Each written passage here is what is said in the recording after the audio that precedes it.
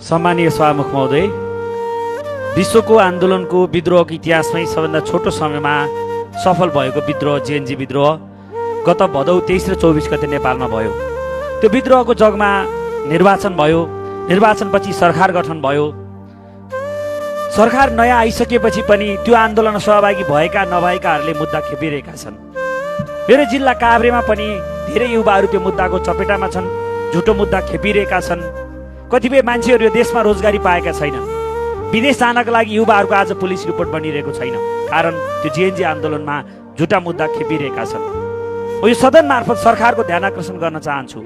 JNG आन्दोलनलाई क्रान्तिको रूपमा, आन्दोलनको रूपमा स्वीकार गरिसकेको अवस्थामा, त्यही जगमा सरकार गठन भइसकेको अवस्थामा जेएनजी आन्दोलनमा सहभागी भएका र उपस्थित भएकै आधारमा मात्रै र नभएकालाई जुन मुद्दा लाइएको छ, यथाशीघ्र फिर्ता लिन, मृतक र घाइते परिवारलाई न्याय दिन जोरदार माग गर्दछु। धन्यवाद।